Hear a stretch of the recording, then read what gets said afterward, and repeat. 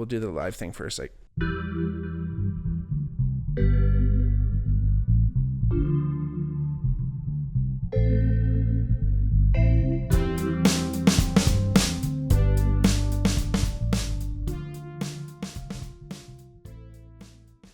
Hey everybody, welcome back to the Bigmark podcast. It's me, your host, Bigmark. If it's your first time watching, welcome. If not, welcome back. Like I always say, if you ever wanted to reach out to the podcast, let us know if you wanted to hear about a certain topic or had anything to say about one of our episodes, or even come on as a guest. Hit us up in the DMs or in the comments, wherever, however you want to get a hold of us, at the Bigmark Pod or at the Bigmark Podcast on Instagram or Twitter. And what you're doing right now is the best way you can possibly support the podcast.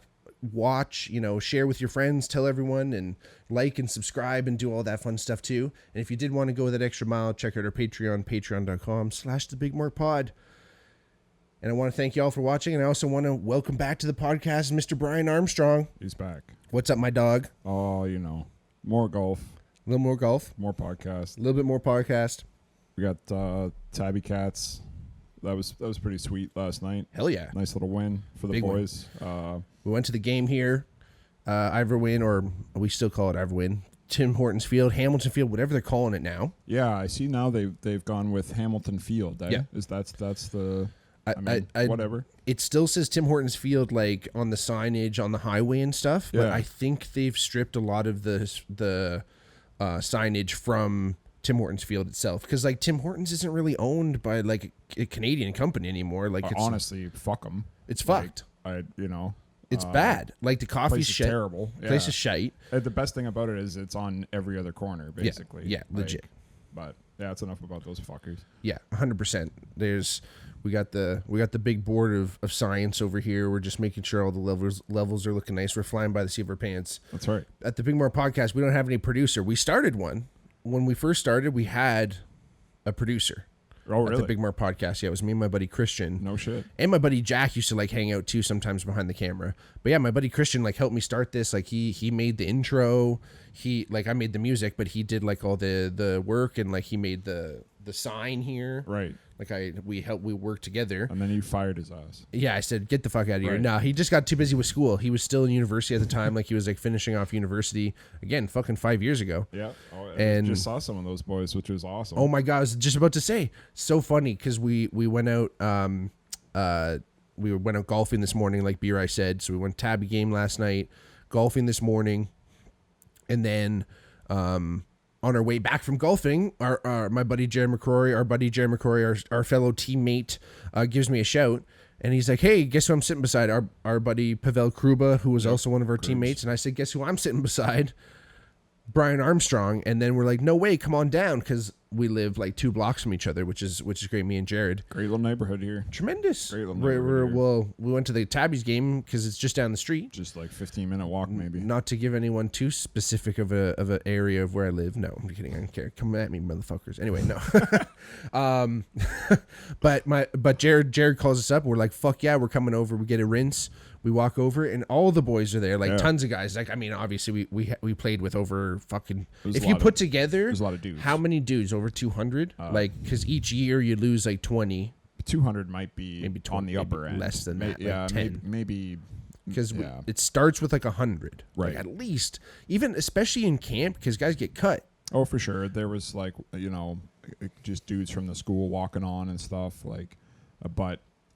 The core group, I don't know, somewhere around 100 maybe. Yeah, let's just say like we got 100 actual buddies that we're gonna still talk to, and like not to say that we don't like those other guys, but that we got close with. Yeah. So anyway, all these dudes, we have all these friends, but this main group, because our buddy Alex May, shout out Alex May. This one's out to you. We're drinking tea out here because we're civilized, and we got too drunk last night. Yeah. Cheers to Alex May. And his wonderful bride to be right now. Yep. I mean, as this podcast is being made, but his after this and very soon, his married. Wife, Rochelle, really nice girl. I met her. She's great. Congrats to the both of you. Many more. Many happy returns. That's what they say. Something along those lines. But yeah, our buddy May. So B-Rai was part of this crew, which was, I think we've mentioned the Grove before. Oh, likely, yeah. The Grove has definitely come up on the Bigmark podcast, at least in stories I've told. Yeah. Because it's it There's lives a lot in of stories infamy. coming out of there. It lives in infamy with our buddies because it is, and if you've never heard it before, Walmer Grove was a cul-de-sac street, like a dead end street in the suburbs of London, Ontario, near University of Western Ontario, where we all went to school. Yep. And on this cul-de-sac of, usually how many houses are on a short cul-de-sac? 15, 20 houses? Maybe 15 to 20 houses. Honestly, it was a small one. Like, it was like, Yep. you basically almost, as soon as you turned on the street, it was a cul-de-sac. They were good-sized houses, too. Normal duplex, big houses. Yeah. Like, a lot of them Separated. were split into, like, either 4, 5, 6, like, student rental units, so. A lot of them were that, like, split thing, yeah. Yeah. But yeah, there was how many out of let's say 10 houses? No, sorry, let's say 15 houses. 3 of them were full of football players, right? 4. 4? Yeah. If you count that one on the end, was it even 5? Remember there was that one on like Walmer Garden? Yeah, there was that one too. So was that 5? That or was later that the on. 4th? It was either 4 or 5. But We're talking still, 4 or 5 houses, so a major percentage of this whole street were houses full of football players. Yeah, like five football players each, pretty much. So like 25 football players total. Yep. On this little tiny street. Yep. I lived there for 2 years. It was kind of one of the wildest times of my life for sure. Just very animalistic behavior on that neighborhood. It was just like living day to day, the means to means. Like, it was just like everything was shared. I always say it was like a socio-cultural experiment in the sense of just like a community, almost like a commune, in the sense of how they all like lived together and split groceries and split weed and did everything together. Everything, like whatever it happened to be. Yeah. Like at any point, like if you were coming from somewhere else, like, coming to visit the boys on the Grove, like you kind of didn't really know what house they might be at. Nope. Like they could be in any of the houses. I wasn't all that sure of who lived in which house. Right. It's true. Yeah. Like unless you actually lived there full time like I did, it at any point, anyone could be in any of those houses. 100%. 100%. I felt kind of bad for the neighbors there, honestly, because they had to put up with a lot of bullshit. Like, it was tough.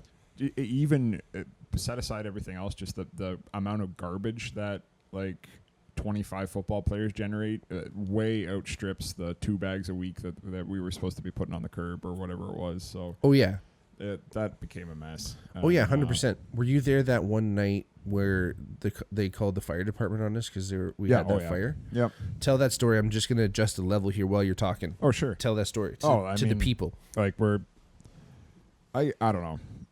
Maybe not expert fire builders at the time, but apparently burning some sort of like treated wood, which definitely wasn't good. But I don't know. We're just out there having a fire, good times, and here comes the fire department. I guess a neighbor called the fire department on us, and I believe there was some sort of NHL playoffs or something like that were on. So the fire brigade was really unhappy with the boys. Oh, they were definitely pissed off. They were quite irate with the lads having a fire.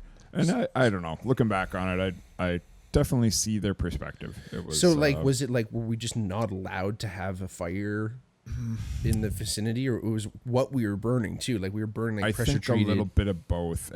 As soon as somebody complains about a fire, then now it's considered not a legal fire. I'm pretty sure. Yeah. Like fair. even if you are allowed to burn, and it was very very clear that they were kind of asserting their authority and that they were shutting it down. Yeah, it was early in the year. I remember it was still during training camp, I think, when it happened too. So like they were trying to be like, still nice these, outside, these still new like kids. you want to have a fire type weather type deal, but not.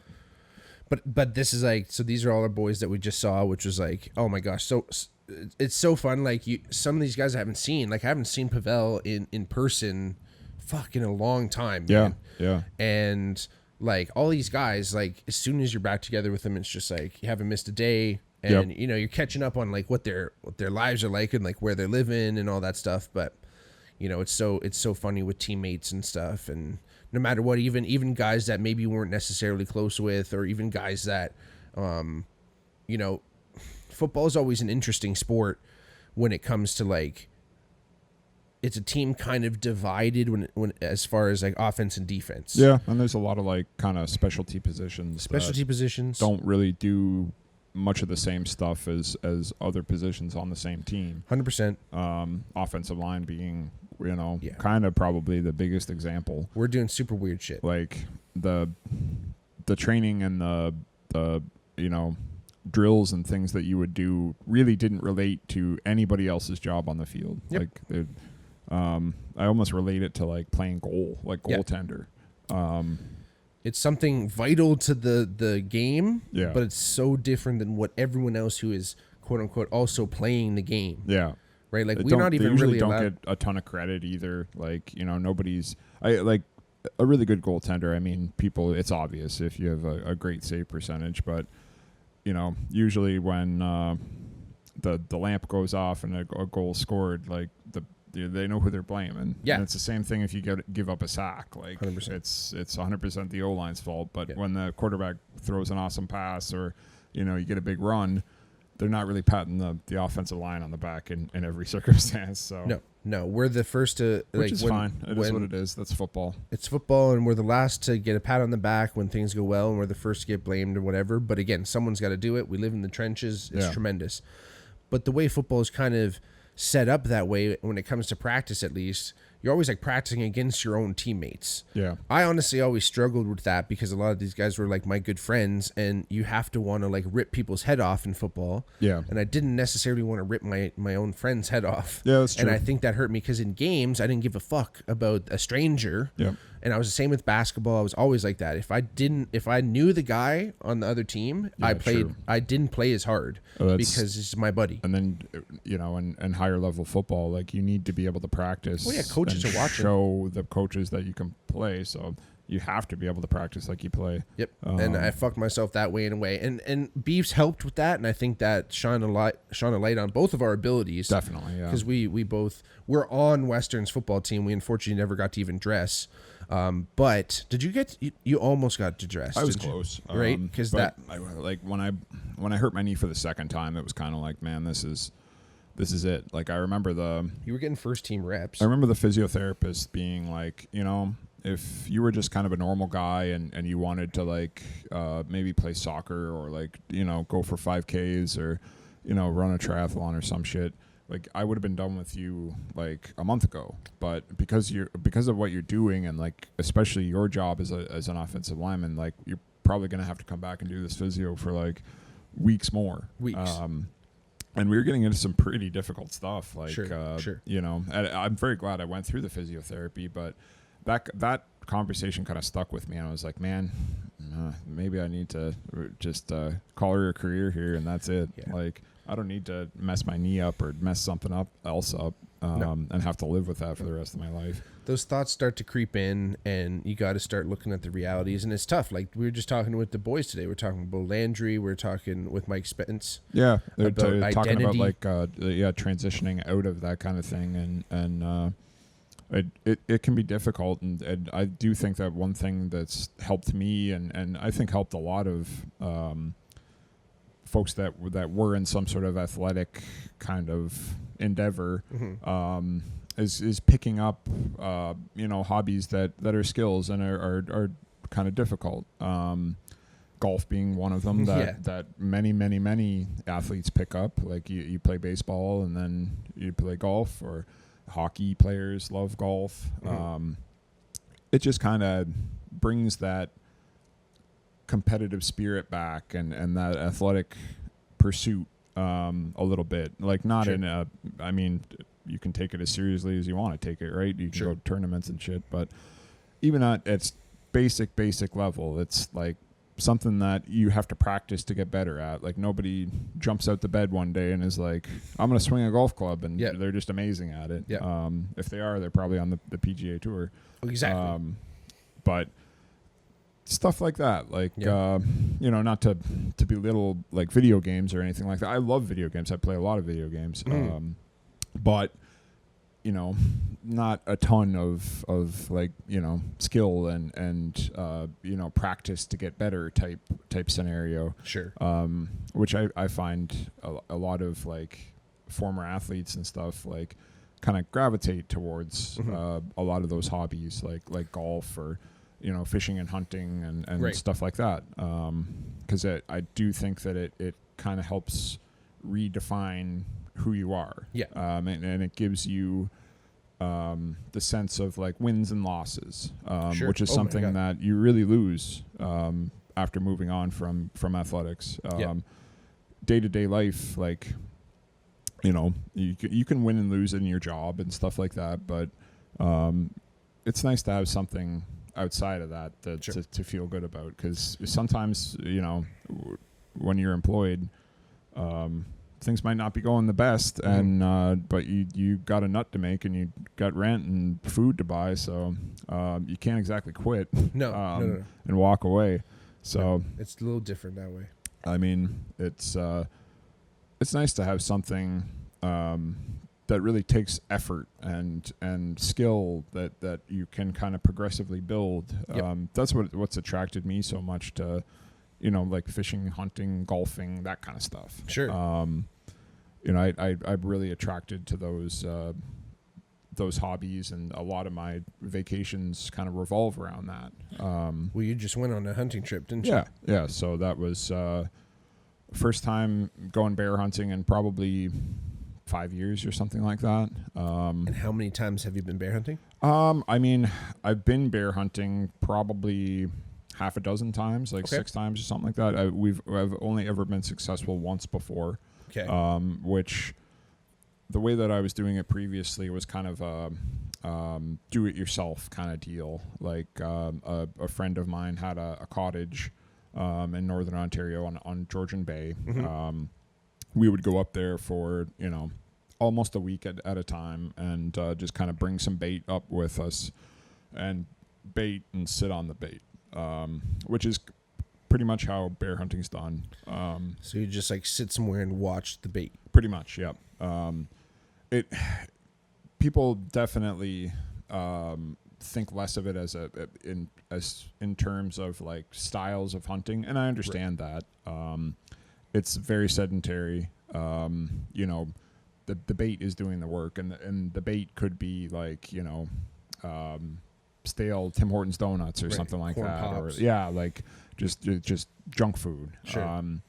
But the thing is, in a place like Northern Ontario, you're not going to be able to find a bear in its natural habitat. Like if you're out trucking through the woods, the chances of you seeing a bear are like infinitesimal. My one buddy did get it done. He was out, you know, kind of still hunting, you would call it, where you just kind of move through the woods. And he had a predator call that he would hit. So it has like pre-recorded like rabbit in distress. So like the yelp that a rabbit would make, like when it's getting attacked, or I think like it might have like a fawn bleat on it or something like that. And he would go out there and hit that, and then just kind of silently sit there for a while. And he actually got one like that. But A bear came in to like check that out? yeah. Oh. Yeah. But like, hey, great on him. But the chances of you actually getting one that way are like infinitesimal. Like super cool that it happened. But if you actually want to get it done, bait is kind of the way to do it. So you like get them used to coming to that one spot? That was, so this last time we went with an outfitter. So it was an outfit that Brittany had been up with a few times. Nice. My wife Brittany. Yeah, So what up, Brittany? what up? She had gone to like kind of like introducing women to hunting type situation. Like obviously you're in Canada, you know, you have to do a hunter's education course, which takes a few sessions, like a weekend basically. And if you're using a firearm, you have to have a possession acquisition license for firearms. Yep. Which is another, like you can it basically eats up a whole long weekend. Like I think you have to take a Friday off or something like that, and then it's more or less all day Friday, Saturday, Sunday. That they teach you, all the ins and outs of using various types of firearms and safe handling practices and how you're supposed to do it right. And same deal with hunting. Teaches you all the rules. So there's really no, you can't claim ignorance when it comes to any of those like rules and regulations in hunting, because you in order to do it and have a license, you are taught and should know better. So so if you own a gun, if you own a gun legally, you should know how to use it properly. Absolutely, by the way the system works. And you got checked. So you got checked, you said? Yeah. So actually, I was successful this trip. We got a bear. Yep, bear down. Bear down. I watched it for probably the better part of an hour, probably 45 minutes before I took the shot. Not a huge bear by any means, but an average size, like definitely adult. Probably maybe 3 years old, 4 years old, something like that. Because it wasn't a gigantic bear, I wasn't 100% sure whether I wanted it or not.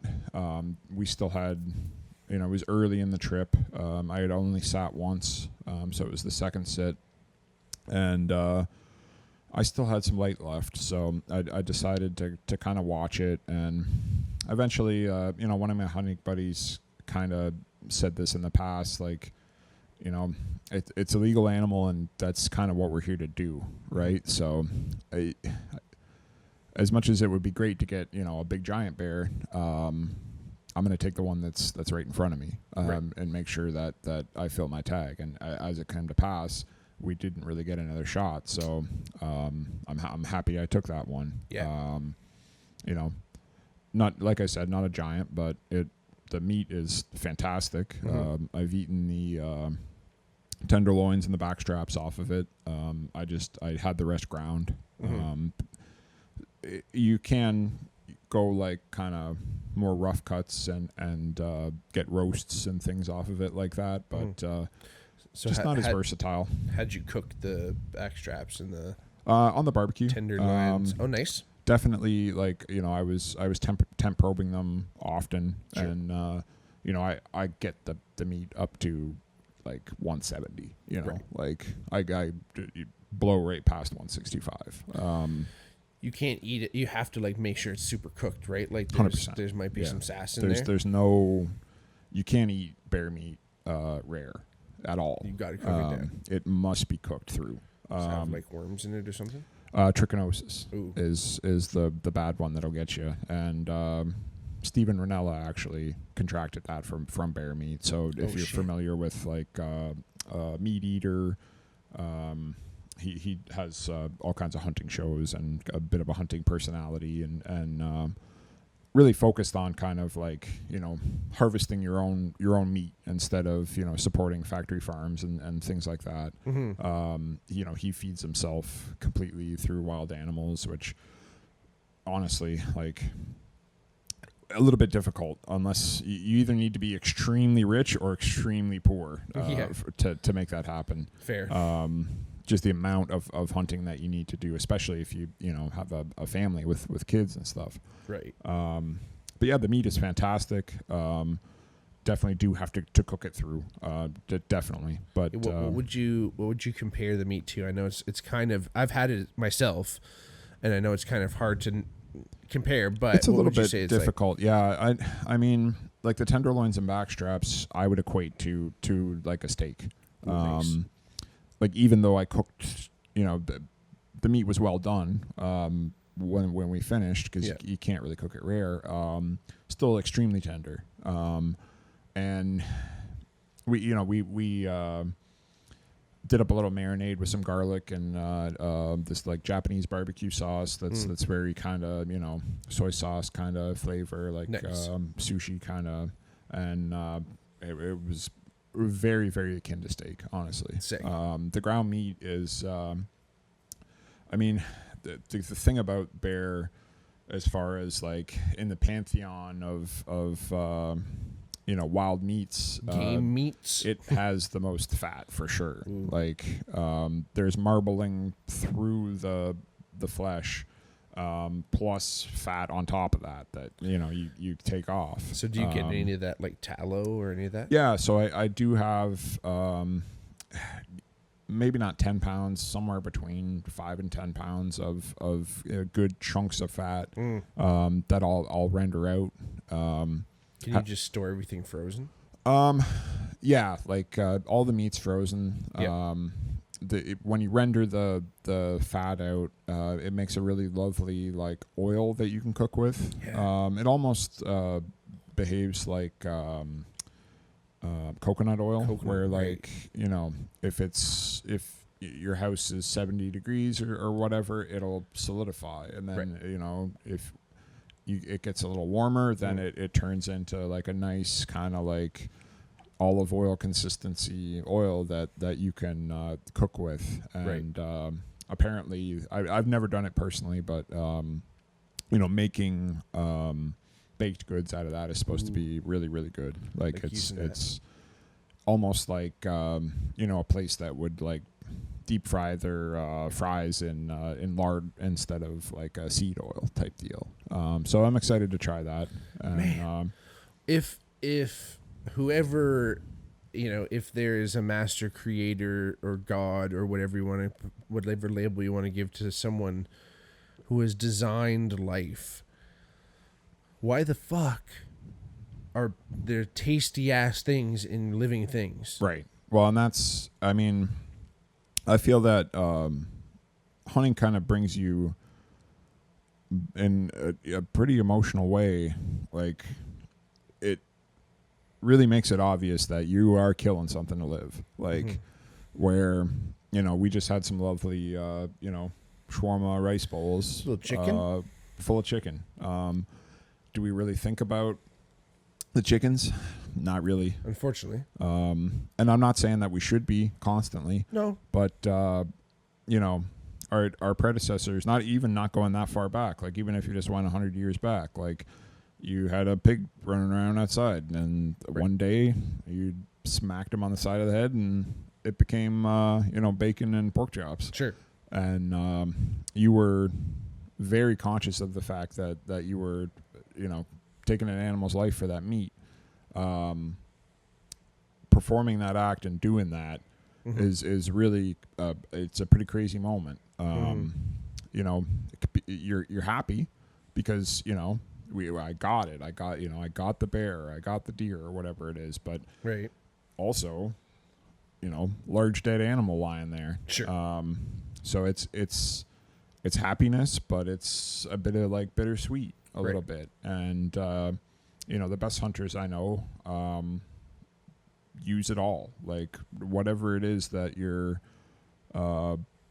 after, it would be it ducks or whatever. You don't just take the choice meats and leave the rest. You eat that whole thing. Or if it's bear, I'm making having a rug made out of its pelt.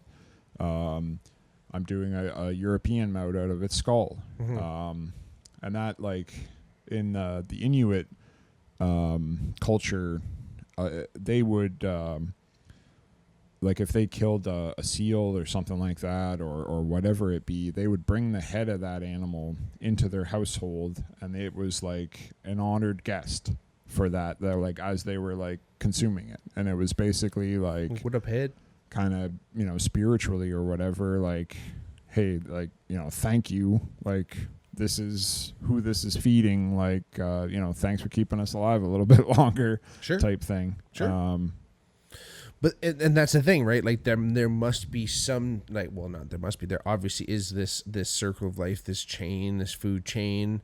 So many things consume. Entropy in general is like a physical principle of things that just are either like falling apart or like being consumed by something, basically, right? Yeah. And it's just like, so why, as humans, do we need protein to live? And really the only other place you can you can get some protein from beans and shit. Right.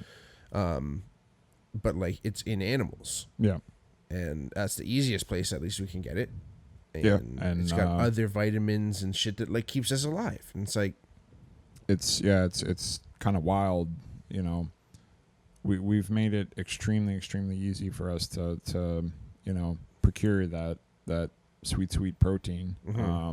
sure, just like a conveyor belt that delivers it right to our house, more or less. Exactly. And I really do enjoy that aspect of hunting, and fishing too. Sure. Do a lot of fishing. Big time. It kind of brings you back to like, we're gonna go out and get it ourselves and do it ourselves. And although this experience last week was maybe a little bit easier than that, because I was paying a guide and they did a lot of the dirty work for me, which was kind of nice, just as a vacation for sure. But when it comes to, you know, when I go on deer hunts, or when we go ice fishing and keep fish, you know, that's me doing all the skinning, all the filleting, all that stuff. Preparing the meal, and it's some of the best quality meat you could ever get.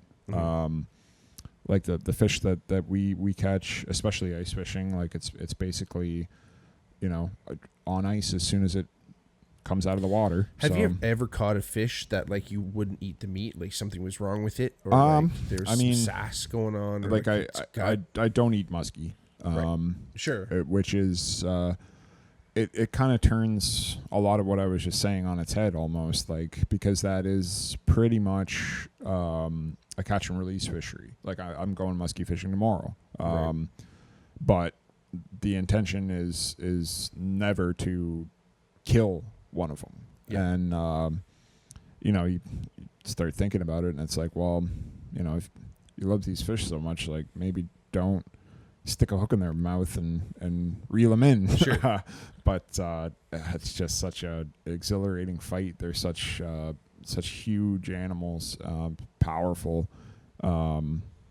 such cool looking, like the absolute apex predator of the Great Lakes. And there is such a cool thing to fish for and to fight. Where, like, before I started muskie fishing, I was much more of a meat fisherman. Like, I wasn't doing a ton of catch and release. That's not to say that I wouldn't put fish back, like if they weren't big enough, or, you know, there are some, all the fish in the Great Lakes are edible, but some are definitely better than others. You know, be it bone structure, or like the thing about muskies especially, they stink. Like, they got a stank on them. They really do. They got like some slicky goo on them, right? They have they're very, very heavy, like, slime coat on them. Gets all over basically whatever the muskie touches. And it has quite an odor to it.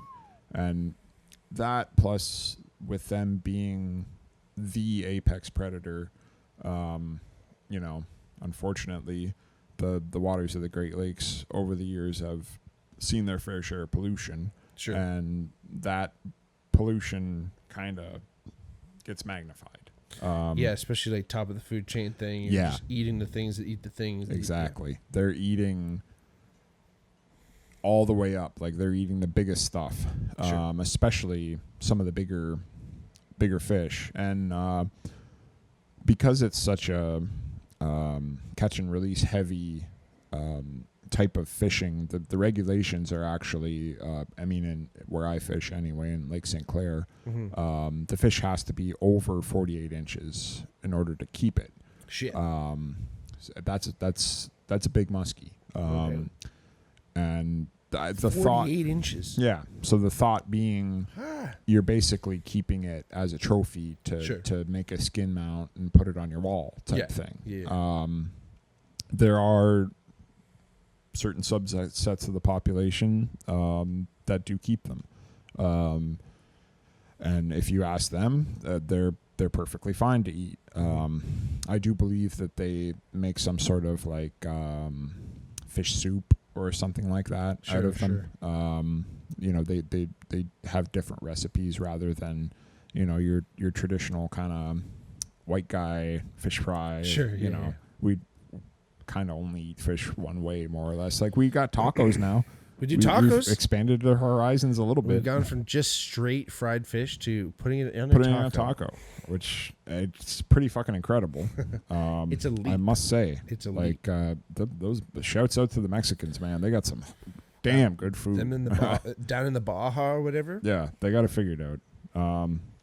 But yeah, I mean, the whole thing about muskie fishing and it is pretty much catch and release only. Yeah. Kind of turns that the whole thing on its head a little bit. Right. But Well, are there there's animals and stuff like I know if we're talking more sporting, like other animals, like people hunt lions and stuff like that. Like, do they eat them? in some circumstances, yeah. Really? Like mountain lion. No shit. You eat mountain lion. I've heard it's quite good. No shit. As far as like over in Africa, I'm not entirely sure. Right. Like I'm thinking just apex predators in other environments. Yeah. They're usually like not necessarily for eating. Right. Or like there's some sass going on. That can be a problem with bears too. Sure. Depending on what the bear's been eating, right? Well, that's what I was about to get into it too when I asked before about like, because like, sometimes you see images or like shit comes up online where it's like a deer has some weird like malformality or like some cancer or something like I'm sure other animals get weird shit where it's just like, you can't. Oh, for sure, yeah. You can't munch that. I mean, there are some hopefully you things could that, identify that before you take the animal. Yeah, depending on where you're at. Like, I know in certain areas, I'm not entirely sure if it's around us, but rabbits get some sort of disease that can be passed on. I think like tularemia or something like that. And you can tell by looking at the liver. So like as you're kind of gutting the animal, you have a look at that, and it can give you an indication It's got a little greasy liver. whether it'll be okay or not. But I mean, yeah, trichinosis being the big one with bear. Sassy. Not that they all have it, but Sure. and it's just, if you go and shoot a bear like out of the garbage dump, it may not be the best tasting bear. Right. Hopefully that thing's been eating kind of, a natural diet of Some blueberries or something. Yeah, blueberries and whatever natural forage that they can find type thing. And I've heard that guys that hunt bear in places where they like ambush salmon and stuff like that, like you can get a real fishy bear where like it's not going to be an enjoyable experience, more or less. Sassy salmon bear. Yeah, because they'll keep eating on those salmon.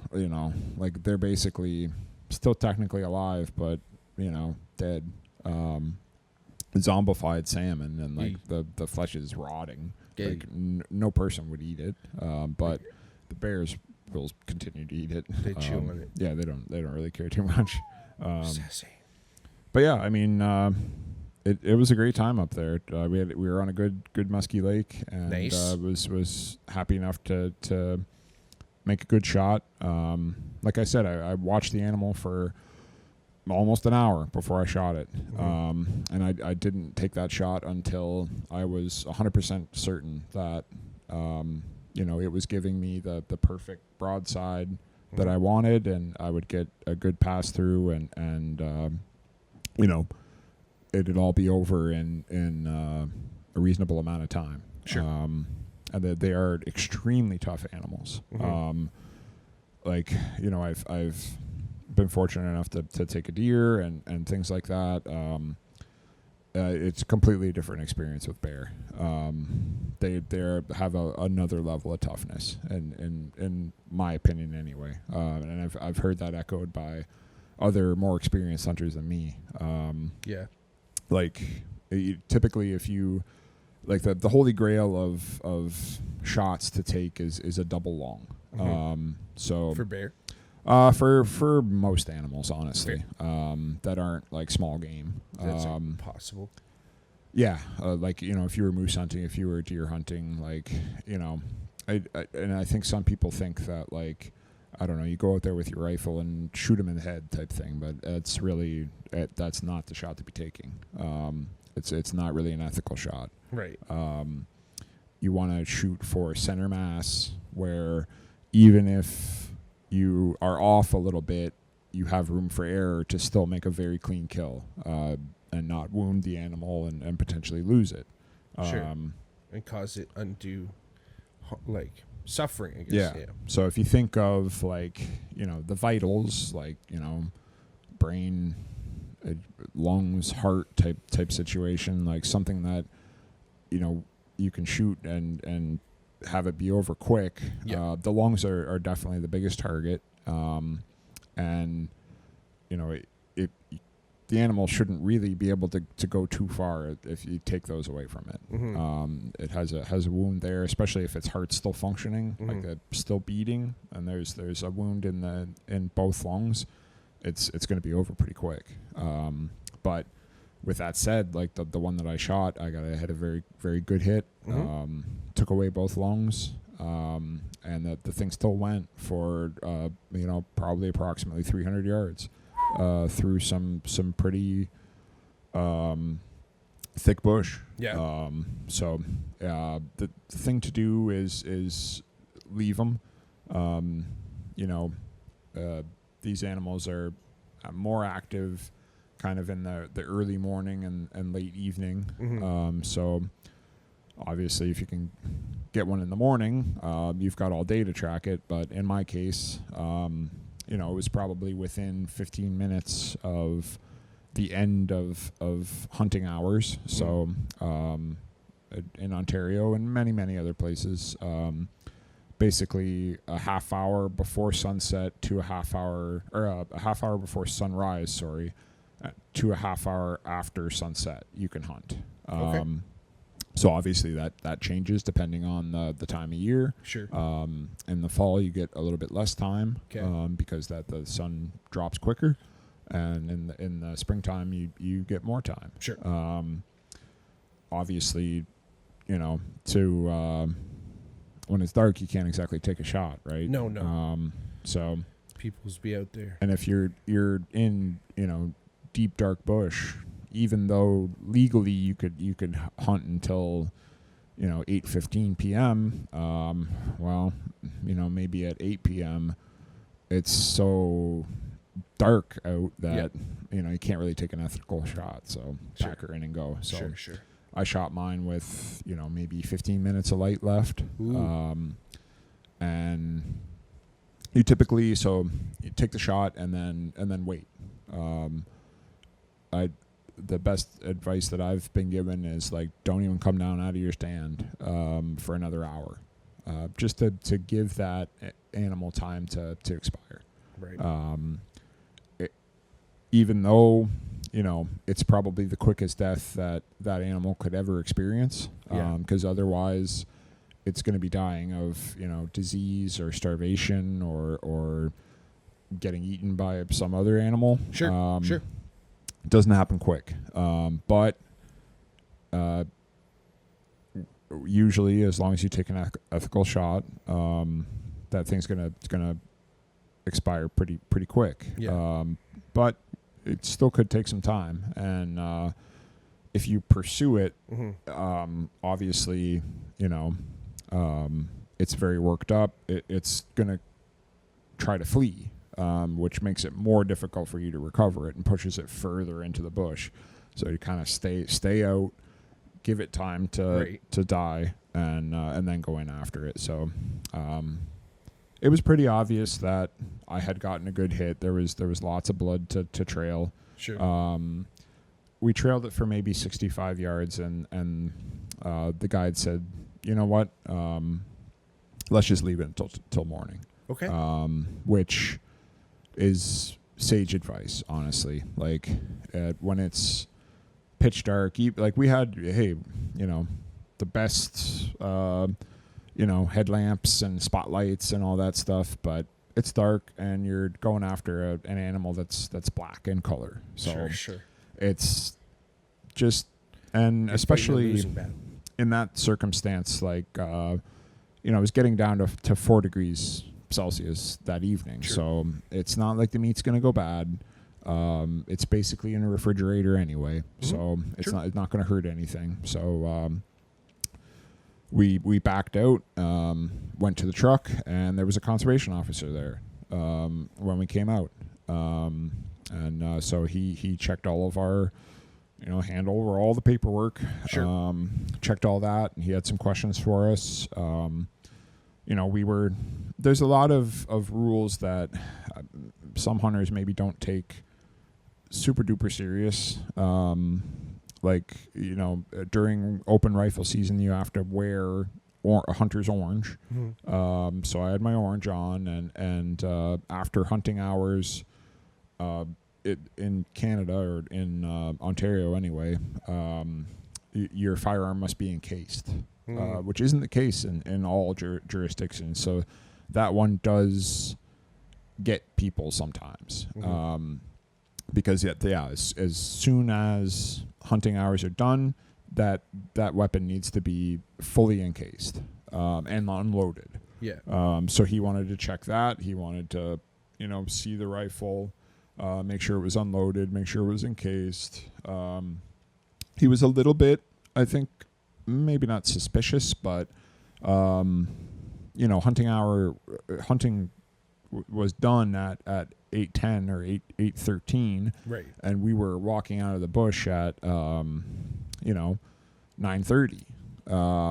So he definitely, hey, like, when did you shoot the bear? Right. Well, I shot it at 7:50, 7:55, like, and I have the text message to everybody to say, hey, I've taken the shot. Sure. I know that I got the hit. So, we have proof that way. Not that he asked to see it, but he just was doing his part. Yep.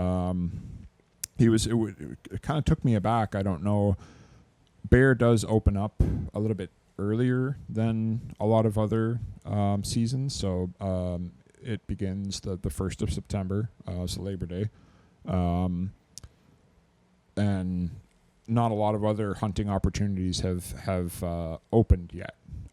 So he was from Sault Ste. Marie. We were in Haliburton, Ontario, or that area. Mm-hmm. So he was way out of his home jurisdiction. But I think because there's a little bit more,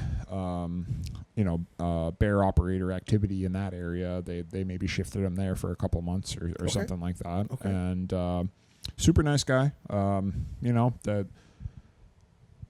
everyone that I've interacted with has always been very courteous, and if they have if you have questions, they're happy to answer type thing, and they're just there to make sure that you're doing everything the way that you're supposed to do it. For sure.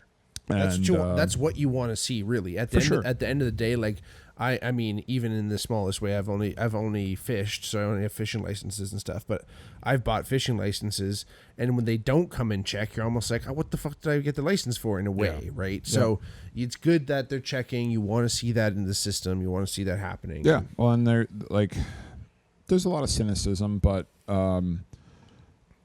the money that goes into the licenses basically directly funds the Ministry of Natural Resources, which they're not just coming out to check licenses. They do a lot of work as far as like habitat restoration, counting populations to kind of monitor how they're doing, and that's how they kind of set their tag allocations. Like, how many animals do we believe can be, hunted or killed by humans, and still maintain a very healthy population. Like how many like females are there that could have this many babies? Yeah, and they'll do field surveying and things like that, and there's not a whole lot of other activities out there that have that system set up. Like if you're, not to belittle hikers or campers or non-consumptive outdoors users at all, they're great. But a lot of the times you're just driving to a taxpayer-funded trail and using the trail for free. You don't have to buy a license to be a hiker. Yeah. None of that money goes to the wildlife that lives out there. In order to do what me and Brittany did, go on a bear hunt. It was not an exorbitant amount of money, but you know, a couple $100 in licenses and fees when you add it all up. Sure. And that, in theory anyway, all goes to, you know, habitat related stuff, like the ministry doing their thing. So, you know, if you're a really avid hunter and fisherman, you're buying several $100s worth of tags every year. Right. And not all of that, you know, directly equates to success. Like, yeah, is it to even get the tag? Is it like a lotto or anything? It depends on the hunt. Right. So, when it comes to big game like moose or elk, that becomes like a lottery system. So, and they just actually changed it in Ontario maybe 5 years ago now. Now it mirrors some of the more Western systems where it's a point system. Okay. So, you know, they do their population surveys and things like that, and they release a certain number of tags in a hunting unit, which is like a geographical area. Okay. That, you know, they have put together, has some sort of meaning. And so you apply for a tag in that jurisdiction, and then if you don't get it, you get a point, more or less. Okay. And in many of these jurisdictions, you have to have like multiple points in order to successfully draw for a tag. Oh, wow. So it could, like, you know, if Brittany and I wanted to hunt moose in Northern Ontario 10 years from now, we should probably start buying our points now. Like, it's going to take that long. It could take that long or longer, depending on the zone. There are some areas where they release many more tags than others because the population's much higher, but it depends how many hunters are going there to hunt too. So, and then, like you said, on top of that, even those tags, there's no guarantee. not at all. Yeah. That you know, that's just your opportunity. Yeah. And that, so it's widely known as, you know, having tag soup is failure because you know, That's what you're eating. no meat. And I unfortunately have had that a few times in my hunting career. There's definitely no guarantees. Not the tag and soup. you can't kill them from the couch. So You got to be in it to win it. it's one of those, like, in order to just have a chance to do it, you must have the tag. But if you don't get out there and you know, actually engage in the sport, well, you're not giving yourself much of an opportunity. Yeah. Which I guess also kind of keeps out, like, I guess, like, well, I don't know, casual, like, hunters or whatever, or just people being like, I'm gonna go get a moose. Unfortunately, the barrier to entry for hunting is rather high, in my opinion. Especially if you're kind of more urban. You know, we don't have the same gun culture here in Canada as they do in the States, and maybe that might be a good thing. But people sometimes look sideways at gun ownership for no matter the reason. So that is a hurdle to be, you know, if you have a wife that doesn't want you to have a hunting rifle, well, then you're not going to have a hunting rifle. Yeah. But beyond that, you know, the licensing requirements, you know, it's a sizable chunk of money. It will probably cost you somewhere in the neighborhood of $500, maybe a little bit more, to get your you know, your firearms license and to get your hunter's education, and then on top of that, you know, to get your tags and your licenses. And then you got to have somewhere to go. Well, I mean, Gotta like, have somewhere to obviously go. you're getting the tags in the place, but you got to find that place. Yep. And be able to get to there. Yep. And live and stay there. It either has to be like a piece of public ground, which it is like Canada is I believe 78% crown land. 78. 78% crown land. I may be wrong on that, but this was on a trivia that I did a little while ago, so that number kind of stuck out. But a lot of that's much further north of where you and I live. Sure. There's not a whole lot of public ground within an hour of southern Ontario where we're at right now. So the public land game is kind of a northern thing, which is why so many people head north to hunt. So, and I mean, it's intimidating too. It's a big moment deciding to take a life like that, and you don't want to wound the animal and have it get away, possibly to live with a horrible wound or become food for something else. Right. Like, was there a chance when you left the bear overnight that another bear would come and eat it? Maybe. I mean, chances are pretty low. Like, typically with black bears anyway, like the threat of predation is going to keep them away. Like the fact that they could smell the blood and the rifle shot happened and they can smell that humans have been in the area, they're probably not going to come around. If it was a more western scenario where there's grizzly bears and mountain lions and things like that, that could potentially happen. Sure. But, that was something that the conservation officer actually mentioned when we said that, hey, I shot a bear, we're coming back for it in the morning. And he was like, good call backing out. Like, that's the smarter call. Yeah. Especially for an animal like bear where, they're pretty tough. They can live a long time without, lungs, wild. At least 300 meters long. Yeah. Almost unbelievable. Like when we did recover, and it wasn't difficult. It was a quick recovery in the morning. It was basically rolled up, drinking my coffee, and there it was. But looking at the wound that was inflicted upon that thing, like it was almost unfathomable that it made it that distance. Like it looked like a bomb went off in that thing's chest cavity, like literally. But it still went a long ways. And was something that, Brittany's a new hunter. Mm-hmm. Didn't grow up with it. I know that when the moment comes, she would pull the trigger for sure, but it'll be a big moment for sure. She'd never done it before.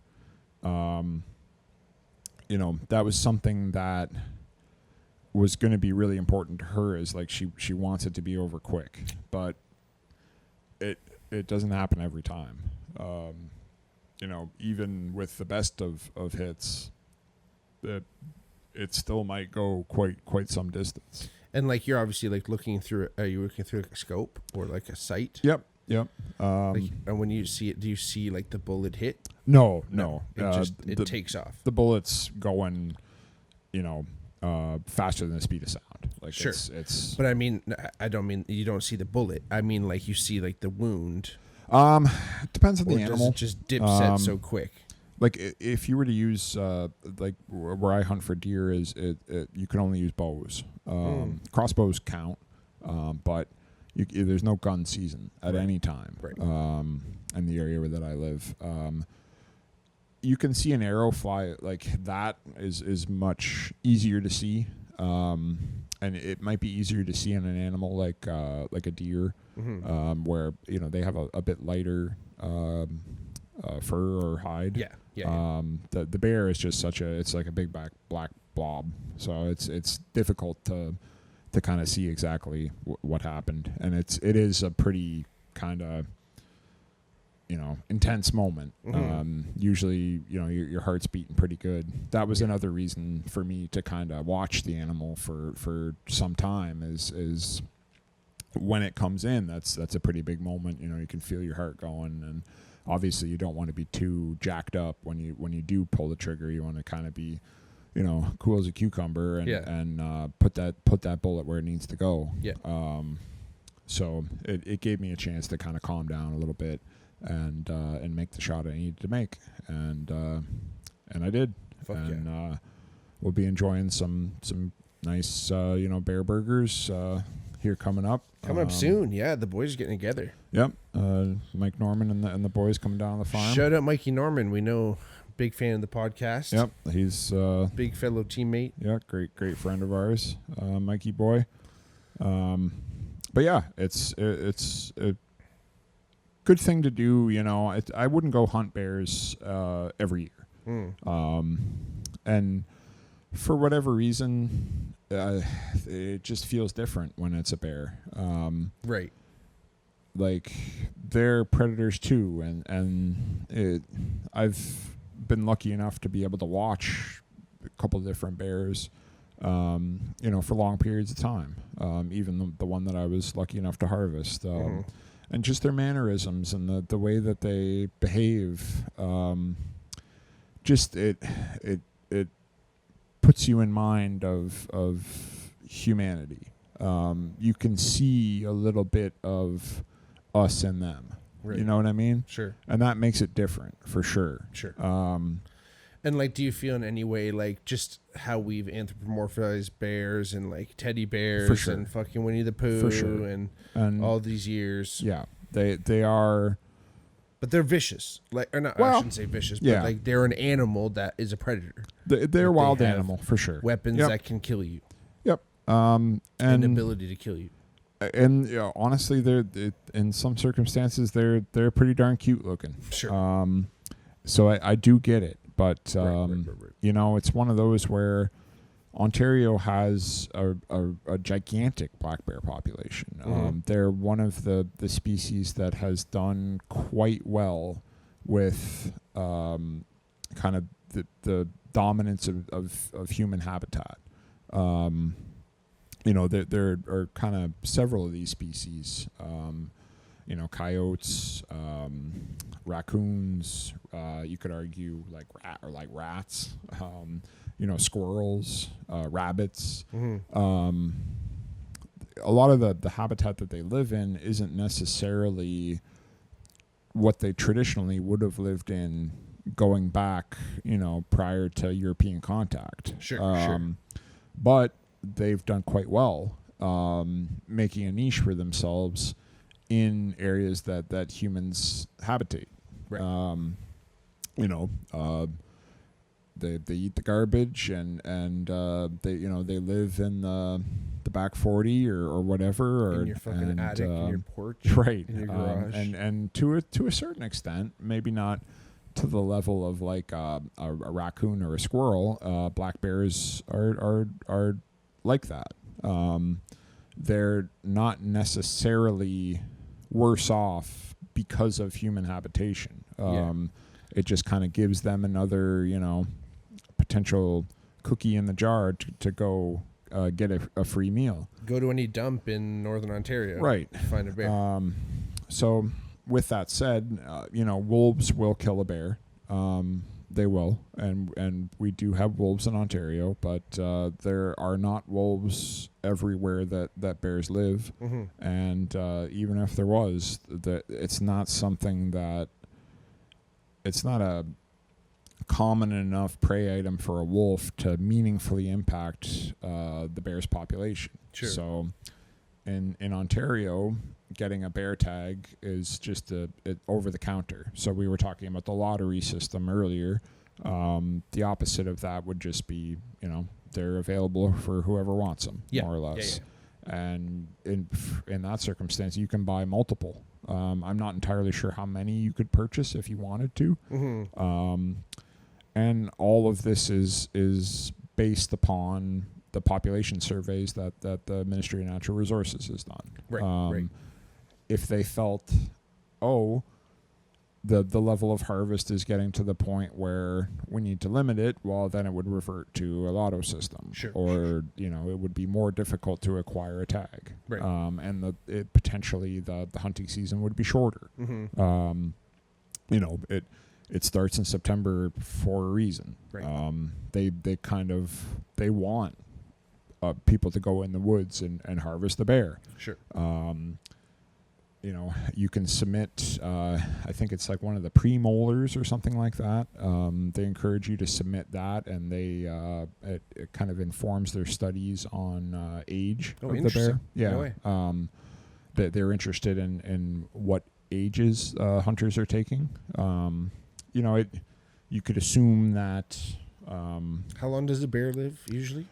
Could be a long time. Really? Honestly. Which is what, like 20, 30, 20 40 plus. years? Yeah. Okay, really? I'm not entirely sure, to be totally honest with you. But it's not that uncommon for hunters to submit that stuff and you know, get like a 10-year-old, 12-year-old bear. Sure. They're fairly long-lived individuals.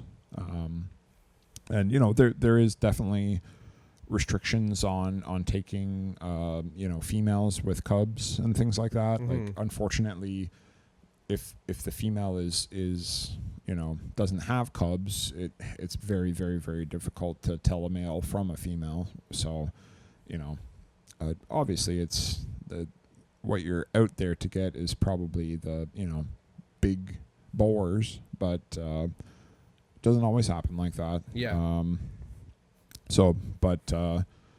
It's a legal harvest, and you know, we as humans kind of have to participate in the food chain in a certain way. Like the population of black bears does need to be managed in some fashion. Sure. We can't just let it go crazy, because there's no real natural predator here anymore. Mm-hmm. So we have to fill that niche. Right. It's true with deer as well. Like in my area, down in southern Ontario, a lot of agriculture. So there's a lot for the deer to eat. You know, they love to hang out in cornfields. So, you know, acquiring a tag for a deer in that area is pretty easy. Mm-hmm. And you can get they call it like an antlerless tag, so you're allowed to shoot a female deer, a doe. Oh shit. In some areas, a drop of golden sun, and that's done through a lotto system. It's something that you have to apply for on top of your deer license. Mm-hmm. In some areas, you may only have like a 30% chance to get that doe tag.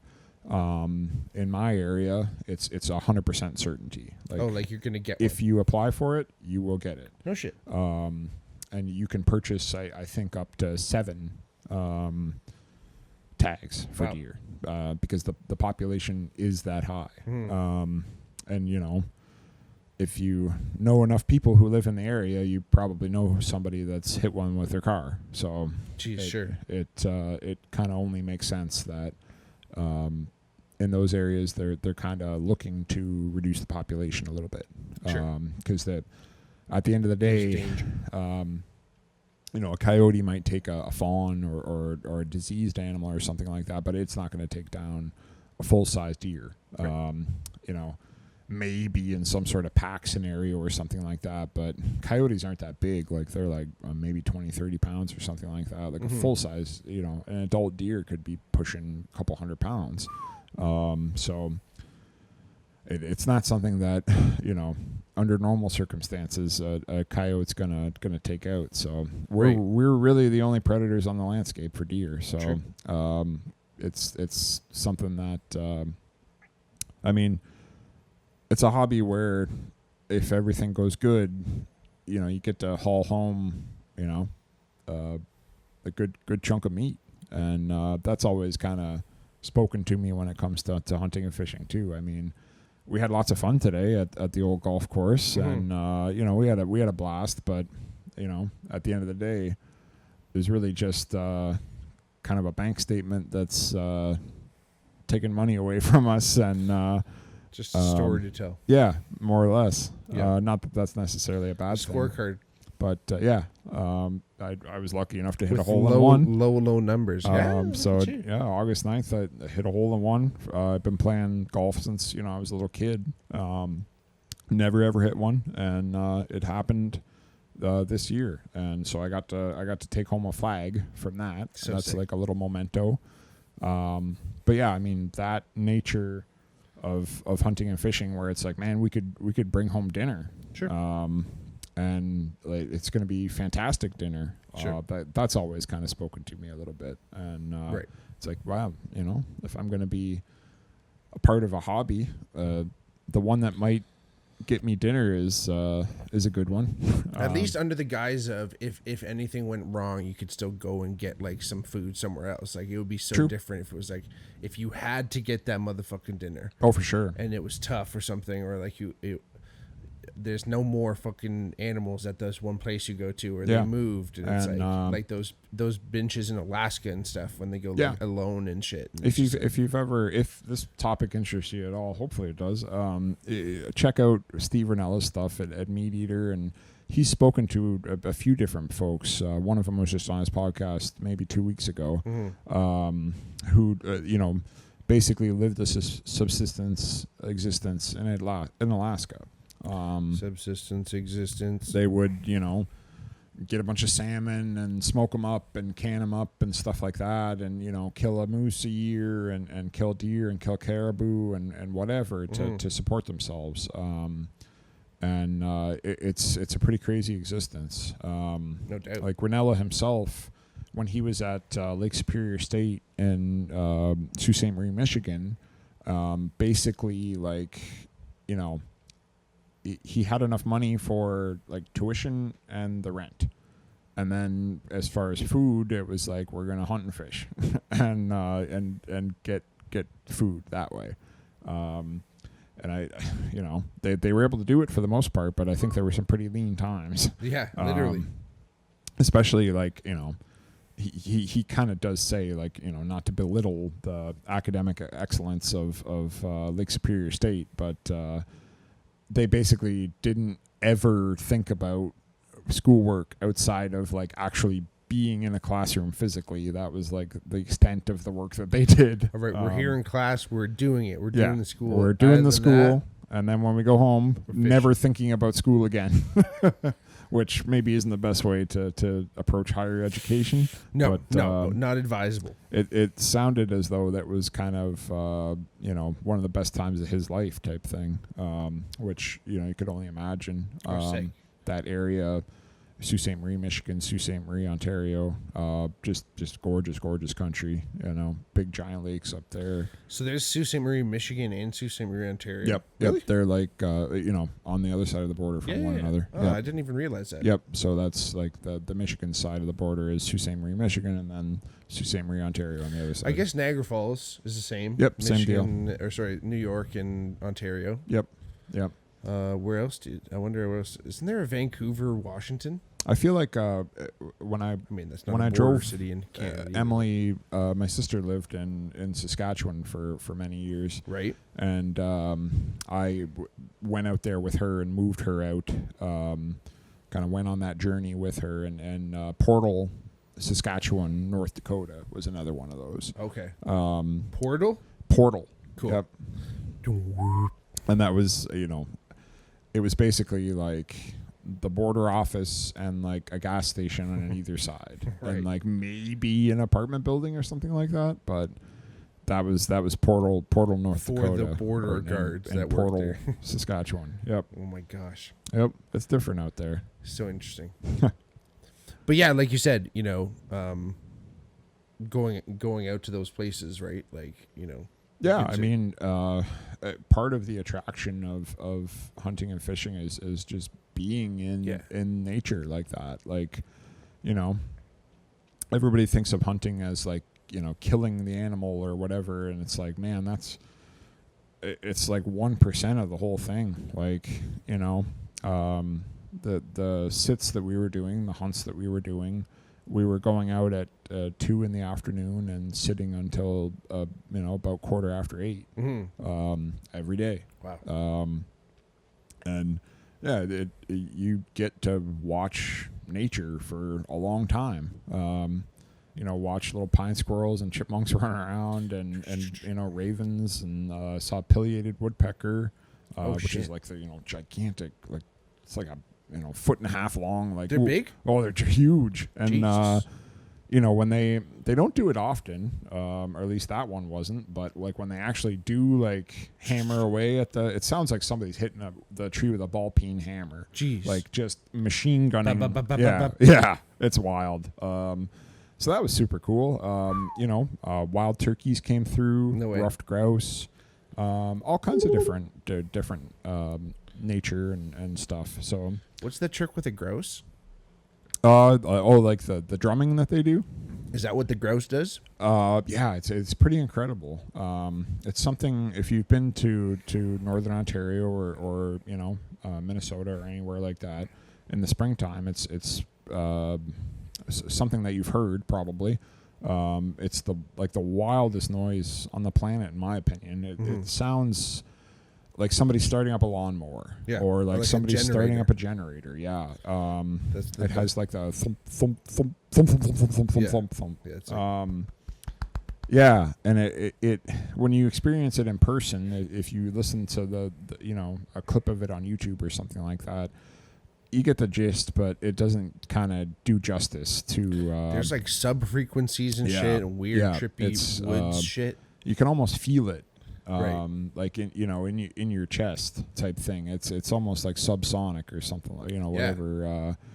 It's just that such like bass Deep, noise, ultra bass, and sub bass. Yeah, they like jump up on an old log or something like that, and they flap their wings in such a way that it makes that like thump, thump, thump, thump, thump, That thump, weird thump, like chest Yeah. bladder thing or whatever. Yeah, Are those ones pretty like wild. that you can skin easily too, or Yeah, that's a fun one to hunt is rough grouse, because there's another reason where it's like, if this animal, so tell the people what we're talking about, and then I'll make my point. yeah, well, I mean, obviously some animals are much more difficult to hunt or more difficult to skin than others, and there are some, and I would argue that like rough grouse and cottontail rabbit are two of them where like they don't cling to life very tenaciously. Like we were talking about, like that how tough the bear was. Like grouse and rabbit are kind of the opposite of that. It's like if you like breathe on them heavy, they yeah. And then once they are gone, and you go to skin them, it's like this. They're like it's like it falls off. Like you can skin a cottontail rabbit with your bare hands. Like just rip it off of envelope. there. Yeah. And the grouse are kind of funny too, because I think they wildly overestimate the level of camouflage that they have, to like the point that they almost think if they're motionless that they're invisible, and like you're just walking down a gravel path or whatever, and you look up and there's a grouse. And it's like plain as the nose on your face, but it just thinks it's chill. It's just chilling. And I obviously, in the natural world, guns don't exist. You can't.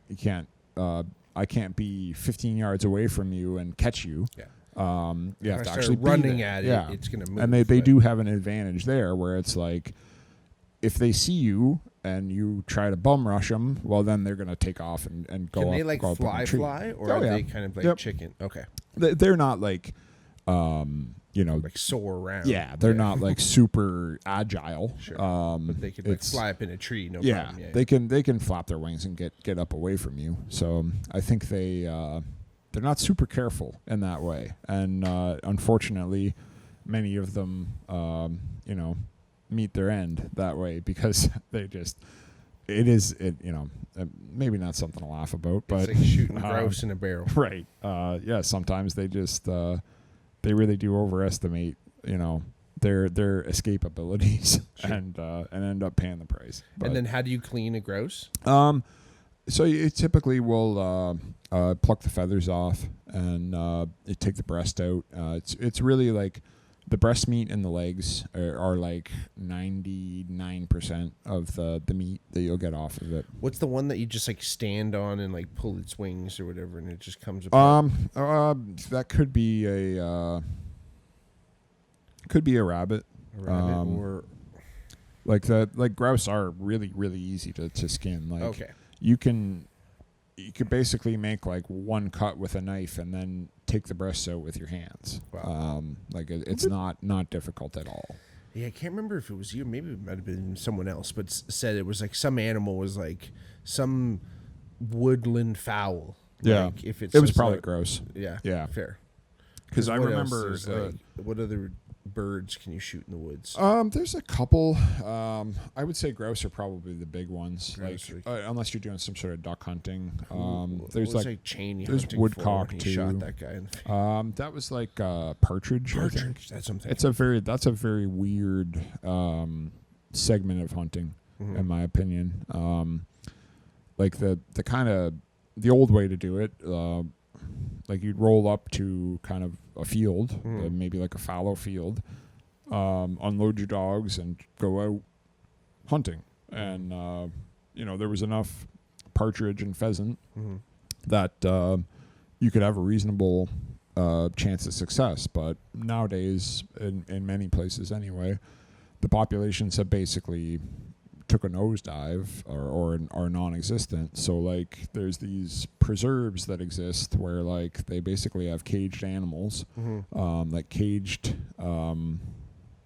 pheasants or partridge or whatever the hell they are. Yeah. And they just like take them out of the cage and go put them in the bush, and then the hunter goes out with their dogs, and the dog, it's a very manufactured thing. Like just like go chase it basically.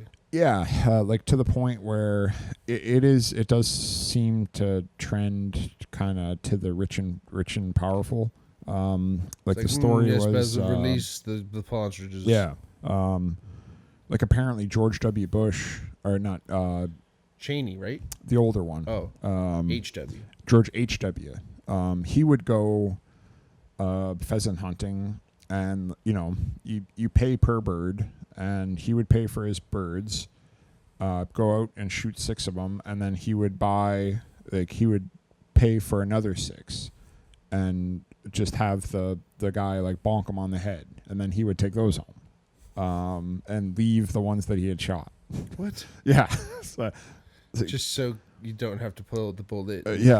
You wouldn't have to worry about the shot, because you use a shotgun, so it fires bird shot, small pieces of lead bird shot, which it can be difficult to get all of it out. So sometimes when you're eating, be biting on a fucking little pellet. So he just completely circumvented that by paying for 12 birds and like this. We're gonna knock him on the head. Yeah, which just like I did to JFK. Why not roll up and you didn't hear that from me. Pay for the birds and take them home. Yeah. Don't even need to go out in the field and shoot them. Like at the end of the day. That's how it happens. I feel like all of a sudden they're just like, I'll just go grab it from the store. And someone's like, here's a bird. It's already ready to go. That's the thing about hunting is like, there's always folks that are like holier than thou, and I use a long bow that's the same as what they would, like the native hunters. Cavemen, like I use a flinted, like piece of obsidian with the spear and shit like that. And there's a lot of kind of weird ideas, I think, where like people think that if you use a rifle that that's not sporting, like they basically think you have 100% chance of success, and that what you're doing is less manly or whatever, and then all the way up to guys that do these like canned hunts, basically, where it's like you're not even really hunting a wild animal. And it's like, well, I might tend to talk down on that a little bit, but at the end of the day, it's still hunting, I guess. So. Well, I think at the end of the day, it all comes around to this wildlife preservation and population control of the animals too. Because like you said, there's some of these animals that don't have natural predators. Yeah. And like there are these people who think that we need to wholesale stop hunting. Yes, I know there's not that many people, but there's some people who just be like, well, the best thing for everyone concerned, people and the animals, would be stop hunting. Yeah. And they might be the same person that's going to the store and buying their meat and buying their food if they eat meat. But even if they don't, they don't eat meat, if they don't do it, they're doing everything they can to try and keep everything alive as much as they can. I think the problem is with this wholesale stop is that the population is going to run out of control, and then there's going to be really weird issues, man. Well, and that's like, so in California, there was a mountain lion hunt. So, just as we spoke there, there was a lottery system. You had to apply for tags. It was a very limited number of tags that were available in the state of California, which is a big state. And, public sentiment kind of got to the point where it's like, you shouldn't be hunting mountain lions. Like, why are we hunting mountain lions? Like, we need to ban mountain lion hunting. And that's where, like, you get these organizations like PETA or whatever, they're out in front of Safeway and they got their petition, like, should people be shooting mountain lions? And it's like, well, I don't know, if you put it like that, no. And then they sign their name and they get the fucking petition. So they ban mountain lion hunting. Hooray. So now what comes to pass is somebody that works for the California version of the Ministry of Natural Resources has to go out and shoot mountain lions every year for predator control. Or they hire a hunter type thing. Yeah. So now, instead of hunters paying the state for the privilege of going out and shooting a mountain lion, now it's taxpayer dollars that go to somebody to go out and do the same thing. Yeah. And in that circumstance, I think a lot of the times the animal just ends up in a dumpster. Well, sure. They don't get eaten. No. Where when it was hunters, it would get eaten, and a lot of times the hide would get made into a rug or whatever.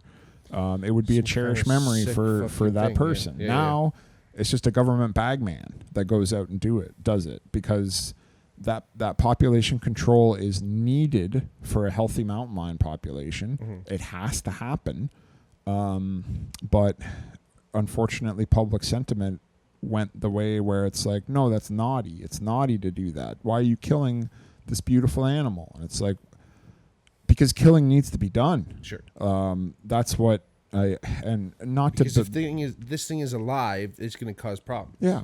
Not to belittle urbanites at all, but when you're so far removed from the natural order of things and the way things are in nature, it can be kind of difficult to understand, I guess. Like if you speak to someone who lives in Northern Ontario or Manitoba, Alberta, Saskatchewan, BC, Quebec, all of Canada is crazy wild wilderness. Or even in Southern Ontario, somebody who grew up on a farm. They call it like life and death on the farm. Like you see animals being born and you see animals die, and it's a natural part of life. Fortunately or unfortunately, stuff is gonna die. It is gonna die.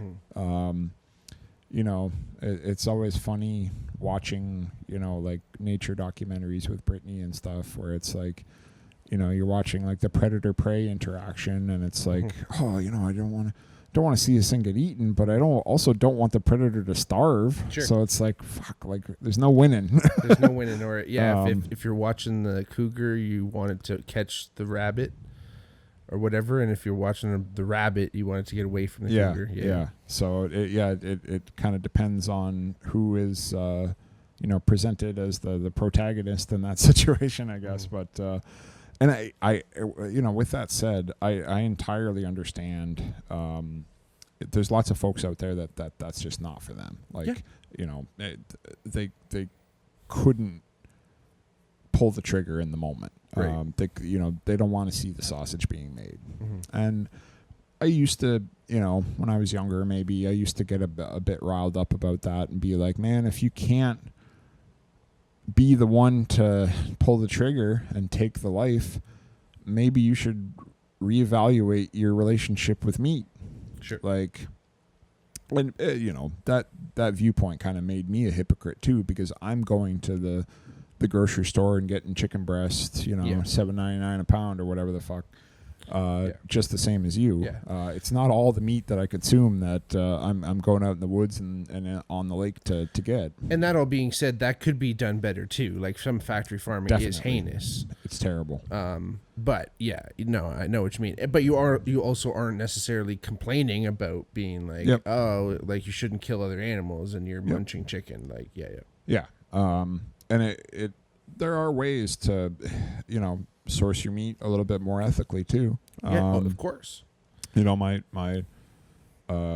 dad's cousin raises up cattle, and we're thinking about buying half a cow from him type thing. Nice. And we know that the thing's lived a great life, and it's basically going to have one bad day. Yes.